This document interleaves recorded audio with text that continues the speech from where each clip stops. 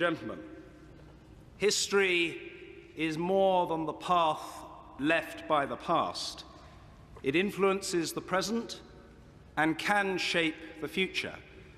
We meet today in Westminster Hall, a building begun 900 years ago when the Vikings were visiting the shores of what would become the United States, even if it was Columbus who would subsequently demonstrate the politician's art of arriving late but claiming all the credit. This hall has witnessed grim trials and the sentencing to death of a king, coronation banquets, ceremonial addresses, and the coffins of those receiving the last respects of our people.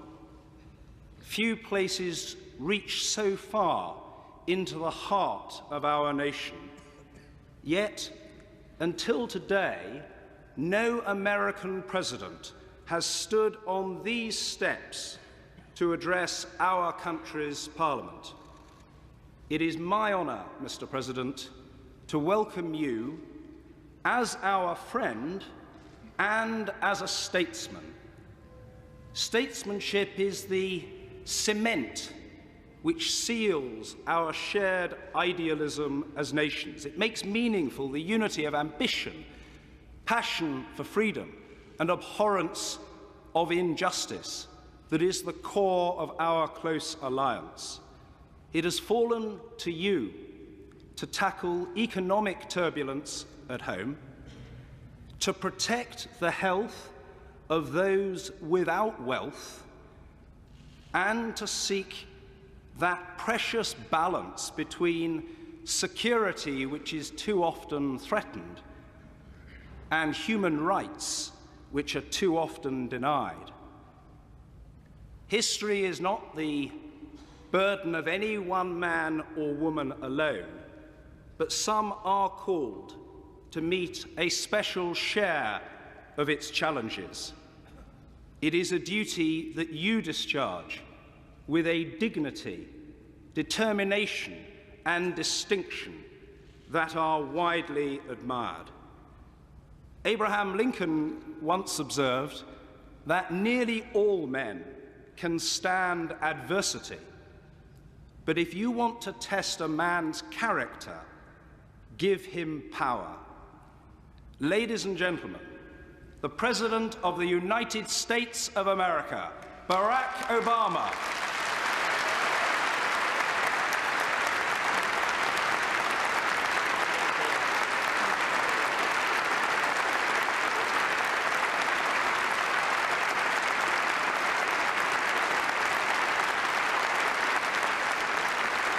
Thank you.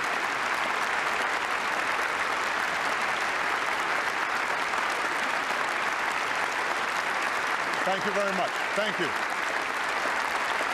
Thank you. Thank you so much. My Lord Chancellor, Mr. Speaker, Mr. Prime Minister, my lords and members of the House of Commons, I have known few greater honors than the opportunity to address the Mother of Parliaments at Westminster Hall. I am told that the last three speakers here have been the Pope, Her Majesty the Queen, and Nelson Mandela, which is either a very high bar or the beginning of a very funny joke.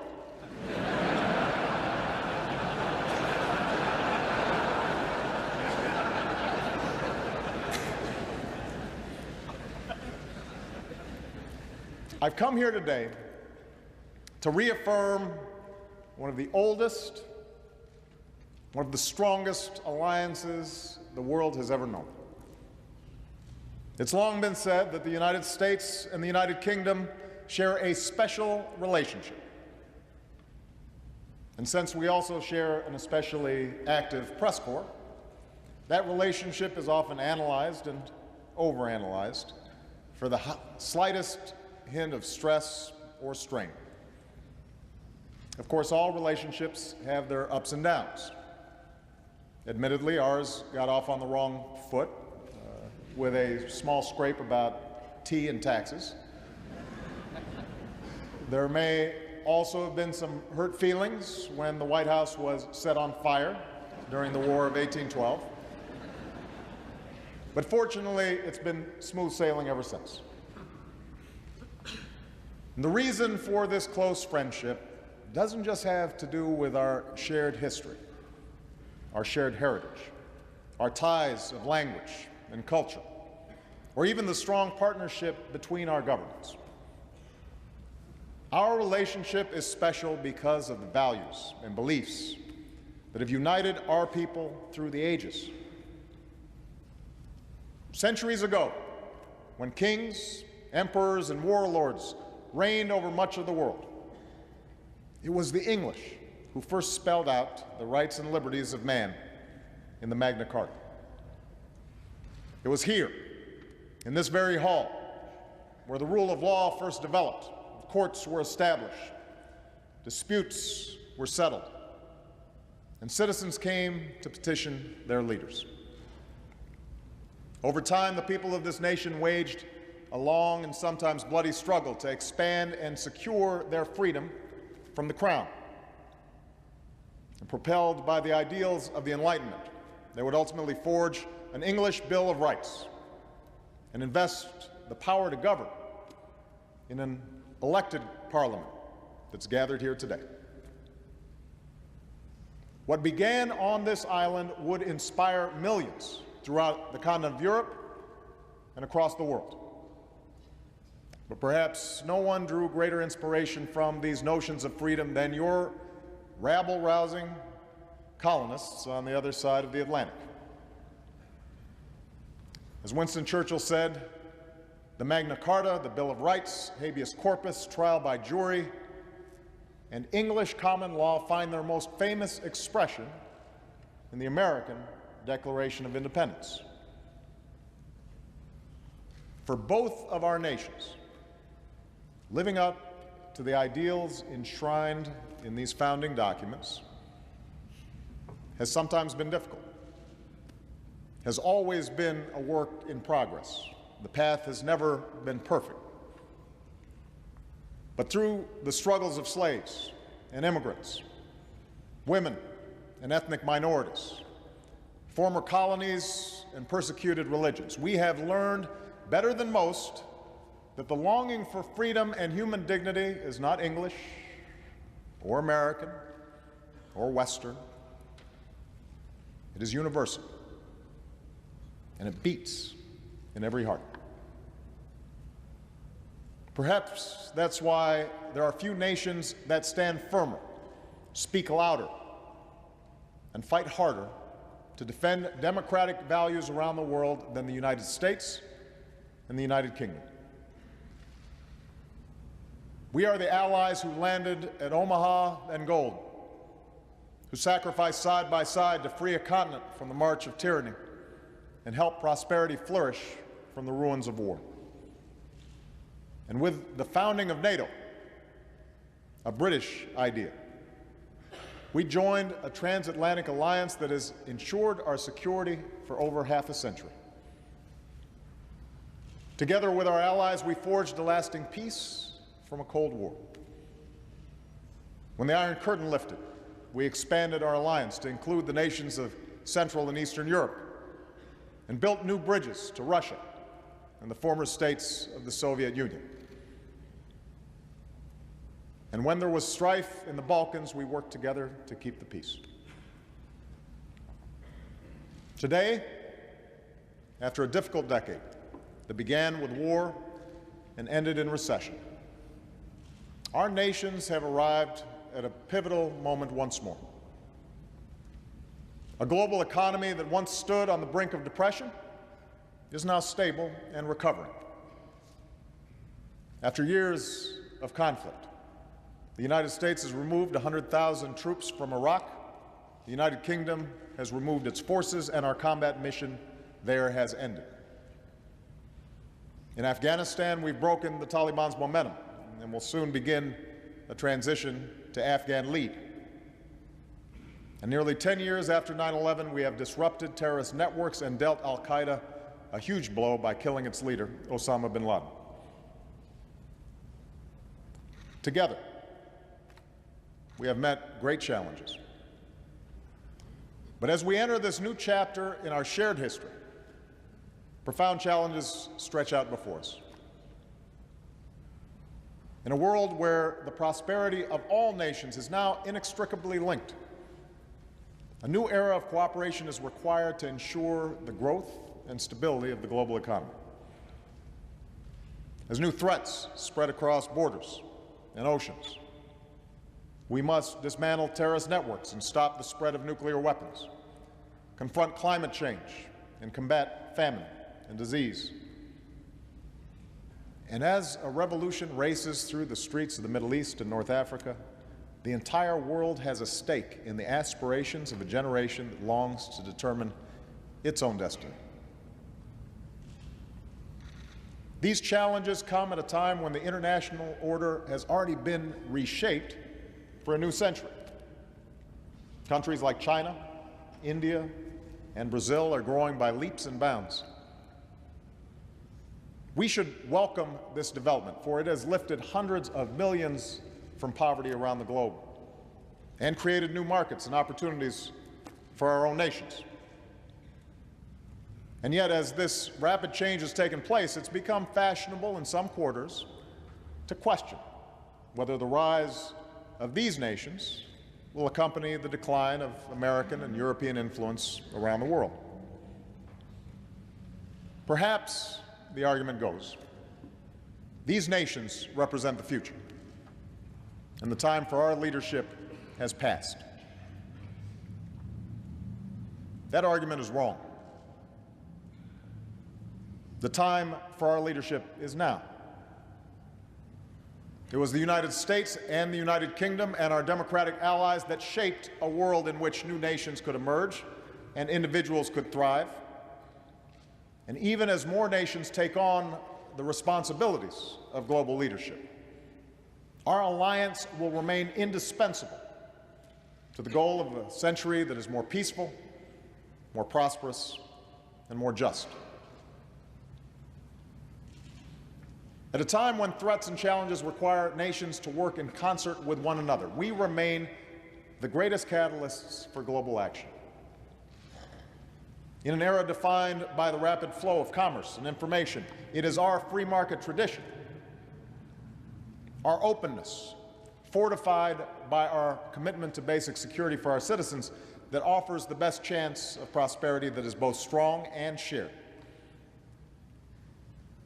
As millions are still denied their basic human rights because of who they are or what they believe or the kind of government that they live under, we are the nations most willing to stand up for the values of tolerance and self-determination that lead to peace and dignity.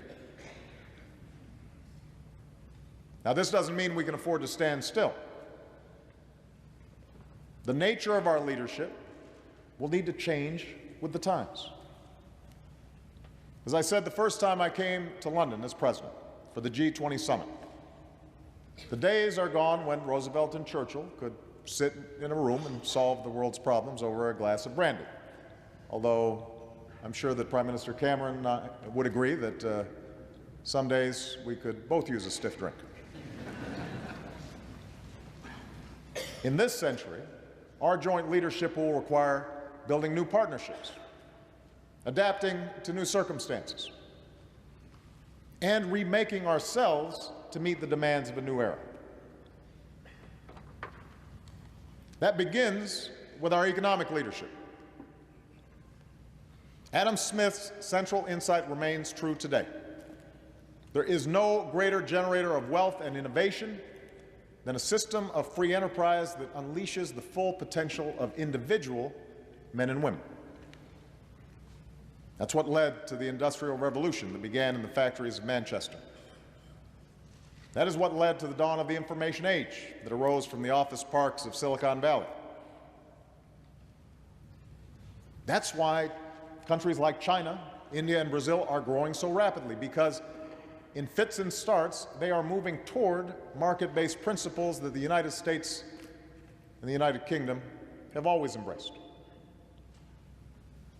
In other words, we live in a global economy that is largely of our own making. And today, the competition for the best jobs and industries favors countries that are free-thinking and forward-looking, countries with the most creative and innovative and entrepreneurial citizens. That gives nations like the United States and the United Kingdom an inherent advantage. For from Newton and Darwin to Edison and Einstein, from Alan Turing to Steve Jobs, we have led the world in our commitment to science and cutting-edge research, the discovery of new medicines and technologies. We educate our citizens and train our workers in the best colleges and universities on earth. But to maintain this advantage in a world that's more competitive than ever, we will have to redouble our investments in science and engineering and renew our national commitments to educating our workforces. We've also been reminded in the last few years that markets can sometimes fail. In the last century, both our nations put in place regulatory frameworks to deal with such market failures. Safeguards to protect the banking system after the Great Depression, for example. Regulations that were established to prevent the pollution of our air and our water during the 1970s. But in today's economy, such threats of market failure can no longer be contained within the borders of any one country. Market failures can go global and go viral and demand international responses. A financial crisis that began on Wall Street infected nearly every continent, which is why we must keep working through forums like the G20 to put in place global rules of the road to prevent future excesses and abuse. No country can hide from the dangers of carbon pollution, which is why we must build on what was achieved at Copenhagen and Cancun to leave our children a planet that is safer and cleaner. Moreover, even when the free market works as it should, both our countries recognize that no matter how responsibly we live in our lives, hard times or bad luck, a crippling illness or a layoff may strike any one of us. And so part of our common tradition has expressed itself in a conviction that every citizen deserves a basic measure of security. Health care if you get sick, unemployment insurance if you lose your job, a dignified retirement after a lifetime of hard work. That commitment to our citizens has also been the reason for our leadership in the world. And now, having come through a terrible recession, our challenge is to meet these obligations while ensuring that we're not consuming and hence consumed with a level of debt that could sap the strength and vitality of our economies. And that will require difficult choices, and it will require different paths for both of our countries. But we have faced such challenges before and have always been able to balance the need for fiscal responsibility with the responsibilities we have to one another. And I believe we can do this again. As we do, the successes and failures of our own past can serve as an example for emerging economies. That it's possible to grow without polluting. That lasting prosperity comes not from what a nation consumes, but from what it produces and from the investments it makes in its people and its infrastructure. Now, just as we must lead on behalf of the prosperity of our citizens, so we must safeguard their security. Our two nations know what it is to confront evil in the world. Hitler's armies would not have stopped their killing had we not fought them on the beaches and on the landing grounds, in the fields and on the streets. We must never forget that there was nothing inevitable about our victory in that terrible war. It was won through the courage and character of our people. precisely because we are willing to bear its burden. We know well the cost of war. And that is why we built an alliance that was strong enough to defend this continent while deterring our enemies. At its core, NATO is rooted in the simple concept of Article 5, that no NATO nation will have to fend on its own, that allies will stand by one another, always. And for 6 decades, NATO has been the most successful alliance in human history. Today, we confront a different enemy. Terrorists have taken the lives of our citizens in New York and in London. And while al-Qaeda seeks a religious war with the West, we must remember that they have killed thousands of Muslims, men, women, and children around the globe. Our nations are not and will never be at war with Islam. Our fight is focused on defeating al-Qaeda and its extremist allies. In that effort, we will not relent, as Osama bin Laden and his followers have learned. And as we fight an enemy that respects no law of war, we will continue to hold ourselves to a higher standard by living up to the values, the rule of law, and due process that we so ardently defend. For almost a decade, Afghanistan has been a central front of these efforts. Throughout those years, you, the British people, have been a stalwart ally, along with so many others who fight by our side. Together, let us pay tribute to all of our men and women who have served and sacrificed over the last several years. For they are part of an unbroken line of heroes who have borne the heaviest burden for the freedoms that we enjoy. Because of them, we have broken the Taliban's momentum. Because of them, we have built the capacity of Afghan security forces. And because of them, we are now preparing to turn a corner in Afghanistan by transitioning to Afghan lead. And during this transition, we will pursue a lasting peace with those who break free of al-Qaeda and respect the Afghan constitution and lay down arms.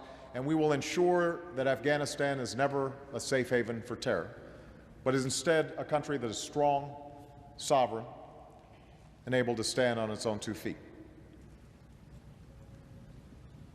Indeed, our efforts in this young century have led us to a new concept for NATO that will give us the capabilities needed to meet new threats. Threats like terrorism and piracy, cyber attacks and ballistic missiles. But a revitalized NATO will continue to hew to that original vision of its founders, allowing us to rally collective action for the defense of our people, while building upon the broader belief of Roosevelt and Churchill that all nations have both rights and responsibilities, and all nations share a common interest in an international architecture that maintains the peace. We also share a common interest in stopping the spread of nuclear weapons. Across the globe, nations are locking down nuclear materials so they never fall into the wrong hands because of our leadership. From North Korea to Iran, we've sent a message that those who flaunt their obligations will face consequences, which is why America and the European Union just recently strengthened our sanctions on Iran,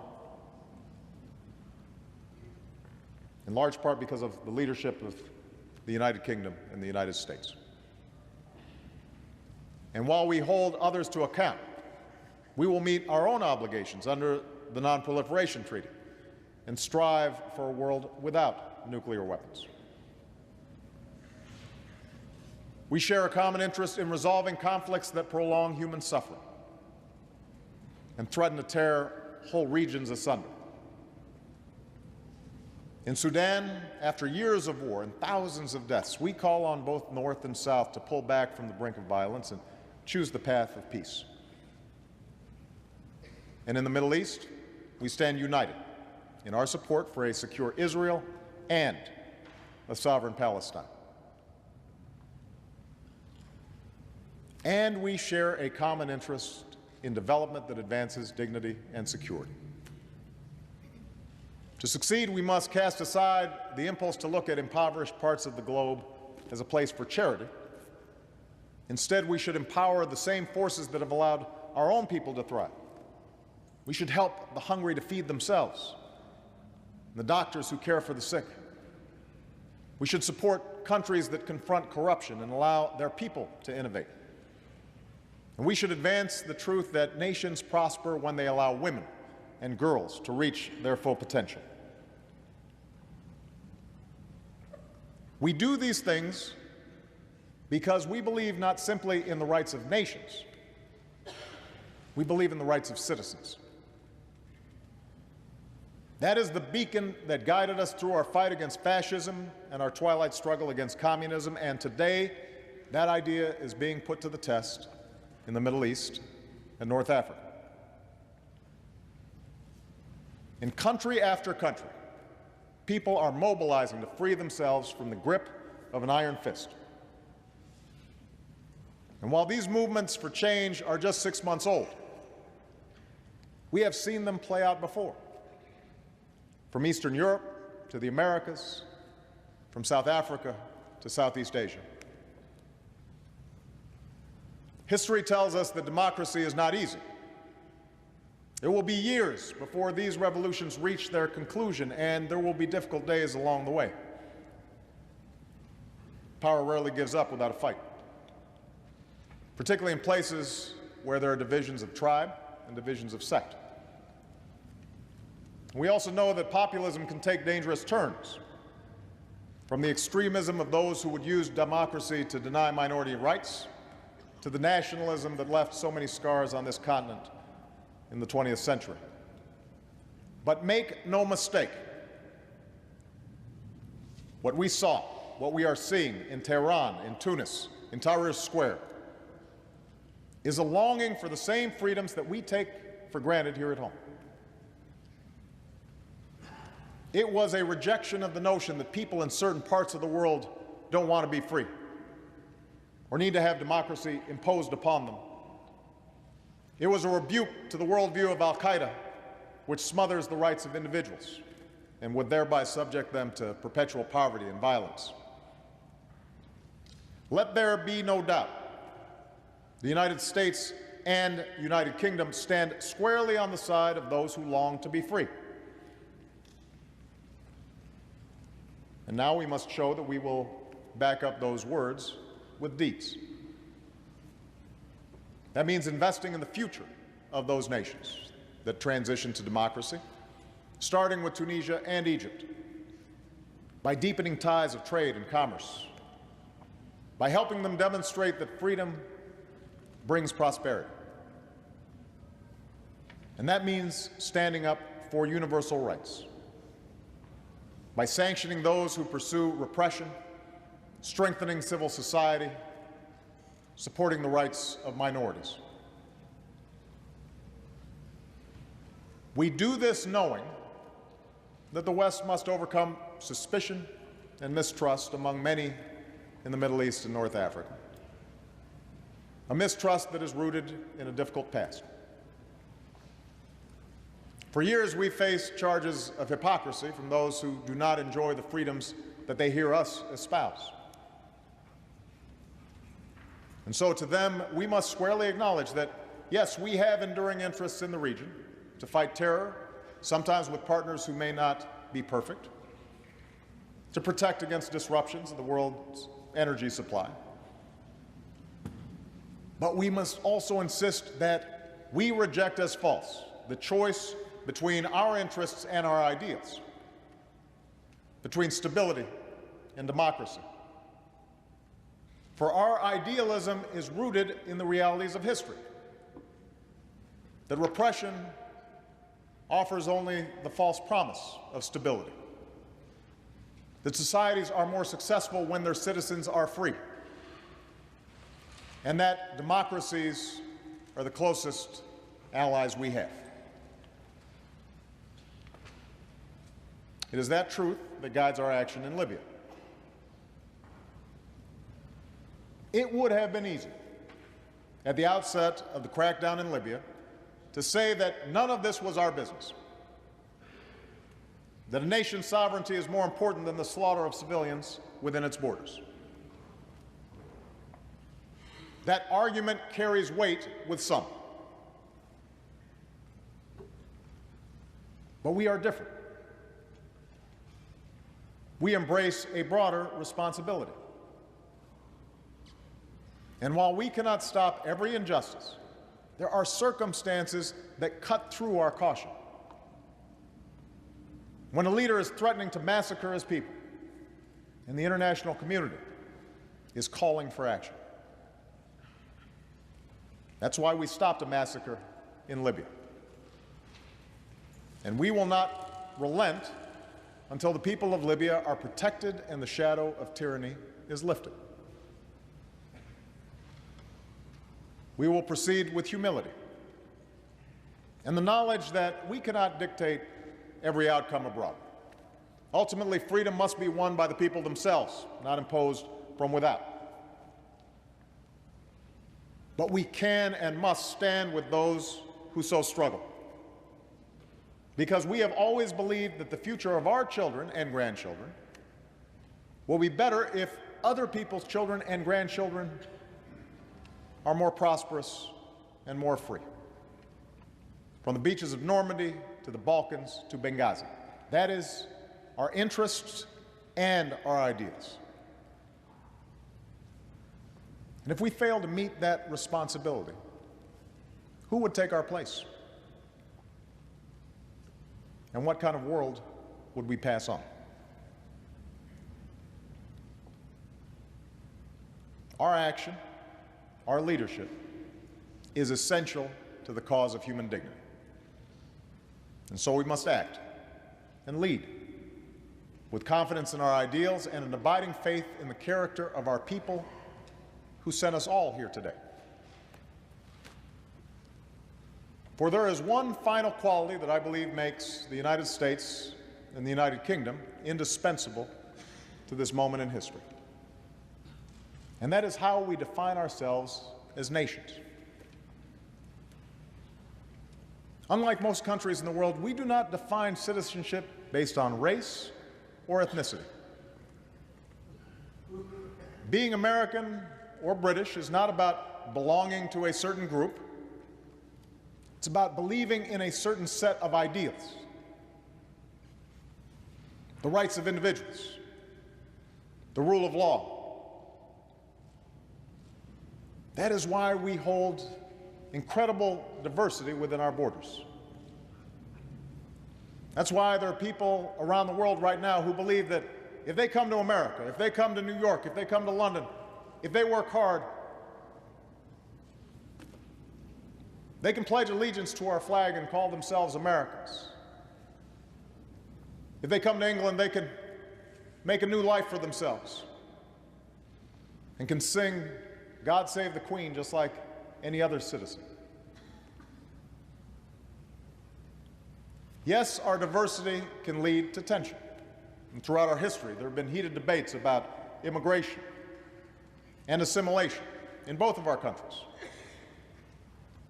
But even as these debates can be difficult, we fundamentally recognize that our patchwork heritage is an enormous strength. That in a world which will only grow smaller and more interconnected, the example of our two nations says it is possible for people to be united by their ideals instead of divided by their differences. It is possible for hearts to change and old hatreds to pass.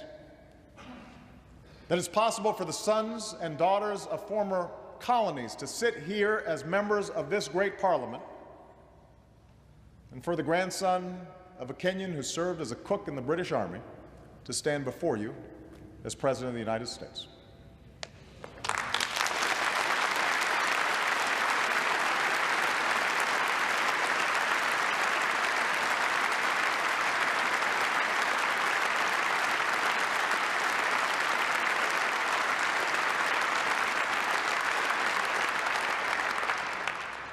That is what defines us. That is why the young men and women in the streets of Damascus and Cairo still reach for the rights our citizens enjoy, even if they sometimes differ with our policies. As two of the most powerful nations in the history of the world, we must always remember that the true source of our influence hasn't just been the size of our economies, or the reach of our militaries, or the land that we've claimed. It has been the values that we must never waver in defending around the world. The idea that all beings are endowed by our Creator with certain rights that cannot be denied. That is what forged our bond in the fire of war. A bond made manifest by the friendship between two of our greatest leaders. Churchill and Roosevelt had their differences. They were keen observers of each other's blind spots and shortcomings, if not always their own. And they were hard-headed about their ability to remake the world. But what joined the fates of these two men at that particular moment in history was not simply a shared interest in victory on the battlefield. It was a shared belief in the ultimate triumph of human freedom and human dignity. A conviction that we have a say in how this story ends. This conviction lives on in their people today. The challenges we face are great. The work before us is hard. But we have come through a difficult decade, and whenever the tests and trials ahead may seem too big or too many, let us turn to their example and the words that Churchill spoke on the day that Europe was freed. In the long years to come, not only will the people of this island, but the world, wherever the bird of freedom chirps in the human heart, look back to what we've done, and they will say, do not despair, do not yield, march straight forward. With courage and purpose, with humility and with hope, with faith in the promise of tomorrow, let us march straight forward, together, enduring allies, in the cause of a world that is more peaceful, more prosperous, and more just. Thank you very much.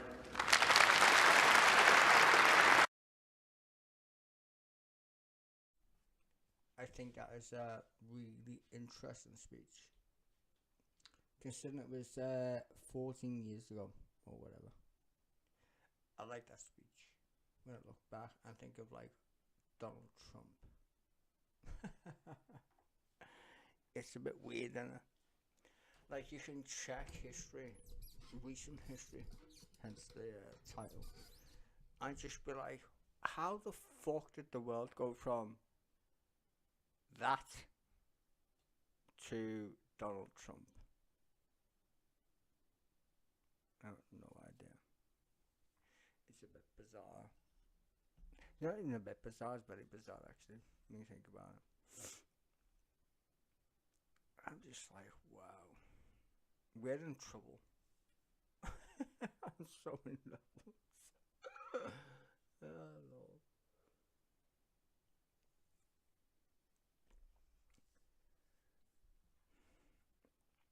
Why are you randomly showing this fucking Obama speech? Because he's the first he's the first president since fuck knows when. I'm black. In fact, he's the first president ever, if I'm not mistaken. If I go scroll all the way back over here to Mr. Beckham, he's the first president to ever address the House of Commons or House of Westminster. It's the same place, but it's a different like room. It's a bit weird, but yeah, there's only been like a few people who ever speak there, and he's the first American president. And the reason why that's so mental is because people think, British people, if we care about American presidents, you get a king's invitation or whatever. Like Trump. Trump's got a The Imitation of the King, but it literally takes everybody, which is weird, all them cunts that dressed up or whatever. Pardon me. It takes all them to say, no, he should speak there. Like, that's bestowed on people. Like, it's very rare you get to speak in that chamber. I just Berko say it. I think Berko says it. Should we go back to Berko? He says it somewhere. I don't want to just play the whole thing again, but he says it somewhere. Come on, Berko. Of arriving late, but claiming all the credit. Like, he's laughing. He says it about, like, the president. I don't know. Mr. President, ladies and gentlemen. Okay, whatever. I can't be asked to find it, but he says, like, you're the first dude. And I want Americans to understand, like, the difference between Trump and Obama. Like, I can't really... Let's just watch it, I suppose. Obama's tone is a lot more about, like, ideological morality.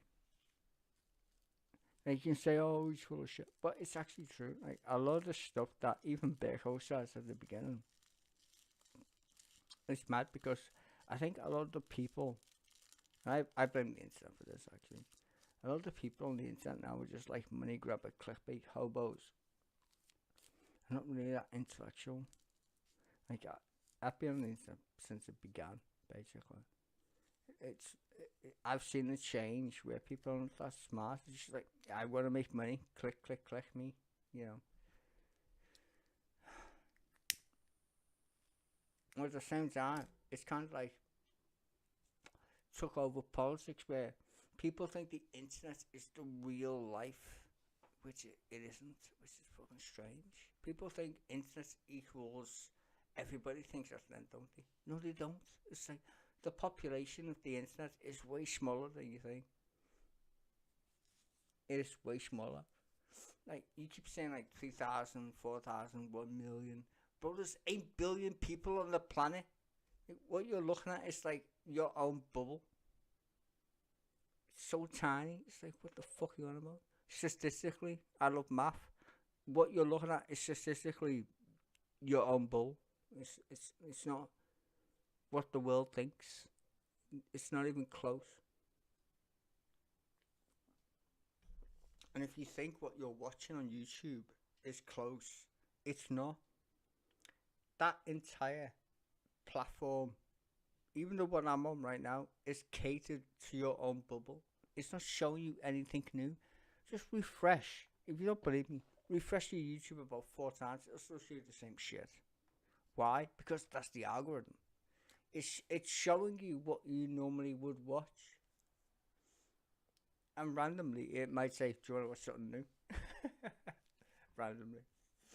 Because it's asking you, like, do you want to change the algorithm? And you're like, no, I like cat videos and whatever the fuck it is. So these things know what you're doing. But going back to the point of Mr. Obama there, and him, it's completely changed when it comes to Obama versus Trump. Like, if you listen to the entire video, which is just, well, I still made, I didn't make it, it wasn't me. But if you listen to the video I just played, I should say, then you would understand it's completely different, like, idea of what the United States is compared to Donald Trump. And it's mad because he says some things, and I'm like, that's literally what we've got now. I don't even think he understood it or meant it. But it's exactly what, like, is anybody happy with Trump? Even Americans? I don't think so. Even the people who like him don't like him anymore. For whatever reason. Fucking Epstein, whatever. So, even they're pissed off with him. And it's not giving off a vibe to anybody that's, like, coherent. Because he should never be a president. People like him don't understand the game that they're playing. Even if you like Donald Trump, even if you do like him, and he's a businessman and all that shit, but okay, whatever. He still shouldn't be president I don't want a businessman running my country. Because that's not how you run you don't run a country with a businessman just because you like him. That's not what a country's supposed to be run like. A country is supposed to be shitty, weird, annoying, but it's not supposed to be totalitarian, autocratic. Like, that doesn't work, bro. That doesn't work. Because humans not built that way. Humans are crazy in general. Like, not everybody, but I'm saying everybody in sense of the normal ones, me, you, whoever. Like, yeah, it's normal, right, to be a bit insane, but not insane where you gotta get arrested or go to jail. Like, most people don't want to do that because it sounds crap anyway. it's not like a logical place to be. So most people honestly go to gym, I don't know, whatever. Just do normal shit, right?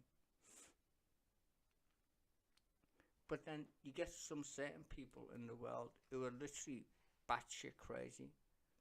And I think the internet has promoted the batshit crazy. Therefore, everyone thinks the planet is the same as the batshit crazy. Where I don't think that's true. The vast majority of people in the Western democracies don't vote. And it's not like you don't want it. It's just because they think all the politicians are bullshitters. That's it. And we allow the minorities to vote. Like, I'll give you 2 examples. In the last election in England, I can't speak about America, even though I could, because you know I can't.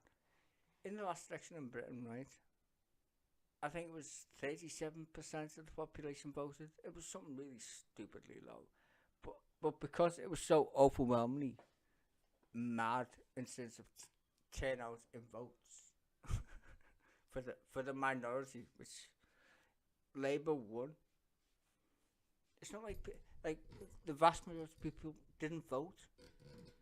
Like, it's mad when you think about it. So, or when people say it's democratic, people expect it to be 100, when actually that's not the case statistically. If you look at elections, it's normally the minority vote versus the minority vote. So, let's say you're in Texas or I don't know, Liverpool, good example, both examples, right? So if you're in Texas and you're a Democrat, you can't technically take over Texas as a Democrat because it's gerrymandered in such a way where only Republicans can win. Okay? They've literally made that the case. We're in England, we don't have that. But at the same time, as if you come to Liverpool, you will never get a Tory who wins because of history, kind of thing. A Scouser wouldn't vote for a Tory.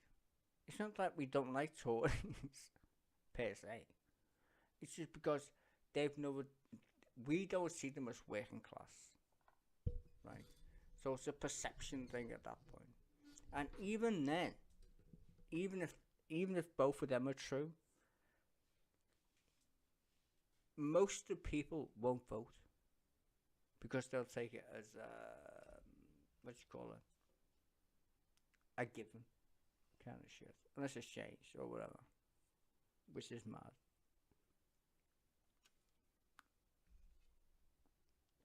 So it's kind of weird, Ivik, how you do political science in that way. Trump's a symptom of laziness plus